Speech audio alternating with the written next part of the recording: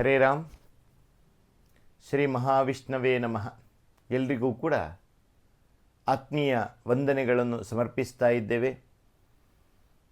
ಇನ್ನೇನು ಆಷಾಢ ಮಾಸ ಬರ್ತದೆ ಅಂತ.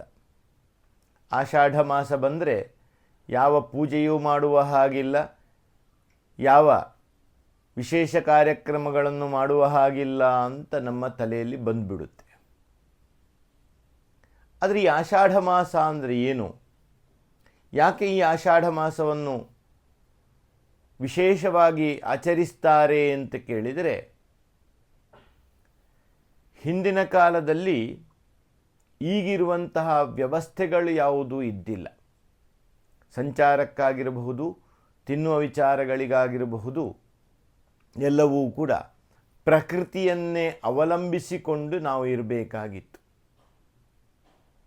ಹಾಗಿರುವಾಗ ಈ ಸಂದರ್ಭದಲ್ಲಿ ಬದುಕು ಅತ್ಯಂತ ಕ್ಲೇಶದಾಯಕವಾಗಿರುವ ಸಮಯ ಅಂತ ಅರ್ಥ.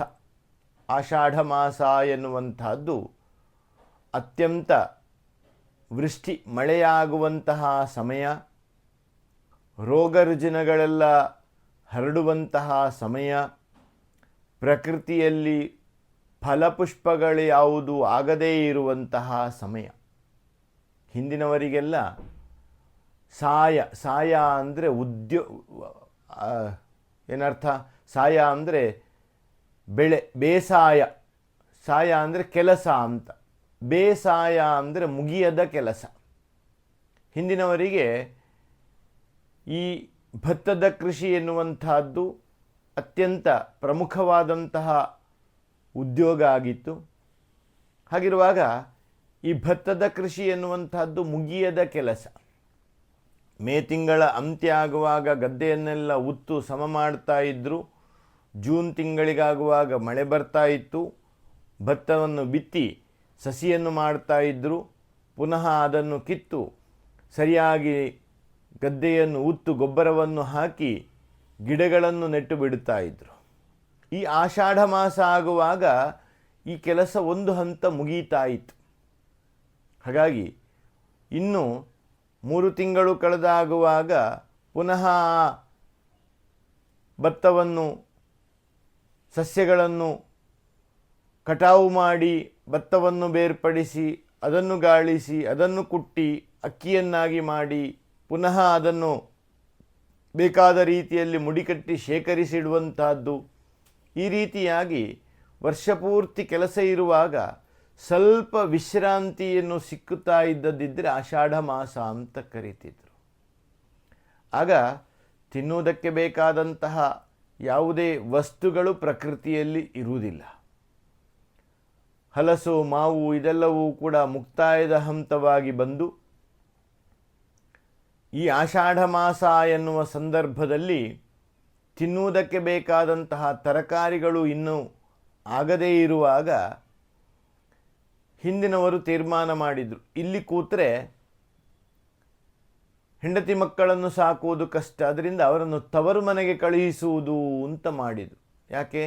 ಹೆಚ್ಚಾದ ಕೆಲಸ ಕಾರ್ಯಗಳು ಇರುವುದಿಲ್ಲ, ವಿಶ್ರಾಂತಿಯನ್ನು ಬಯಸ್ತಾ ಇರುವಂತಹದ್ದು. ದೇಹ ಉಷ್ಣವನ್ನು ಹೊಂದಿಕೊಂಡು ಪ್ರಕೃತಿ ತಂಪಾಗಿರುವಂತಹ ಸಮಯದಲ್ಲಿ ರೋಗ ರುಜಿನಗಳು ಪಸರಿಸುವಂತಹ ಸಮಯ ಇರುವ ಕಾಲಕ್ಕೆ ಎಲ್ಲರೂ ಕೂಡ ಈ ಲೈಂಗಿಕ ಕ್ರಿಯೆಗಳನ್ನು ಕೂಡ ಮಾಡಬಾರ್ದು ಎಂಬ ಉದ್ದೇಶವನ್ನಿಟ್ಟುಕೊಂಡು ಆಷಾಢ ಮಾಸದಲ್ಲಿ ಹೆಣ್ಣು ಮಕ್ಕಳು ತವರು ಮನೆಗೆ ಹೋಗುವುದು ಎಂಬ ನಿರ್ಣಯವನ್ನು ಹಿರಿಯರೆಲ್ಲರೂ ಕೂಡ ಮಾಡಿಕೊಂಡಿದ್ದರು. ಆ ಪ್ರಕಾರವಾಗಿ ಪ್ರಕೃತಿಯ ವ್ಯತ್ಯಾಸವನ್ನು ಗಮನಿಸಿ ವ್ಯವಸ್ಥಿತವಾಗಿರುವಂತಹ ಜೀವನ ಪದ್ಧತಿಯನ್ನು ಹಿಂದಿನವರು ಅಳವಡಿಸಿಕೊಂಡಿದ್ದರು.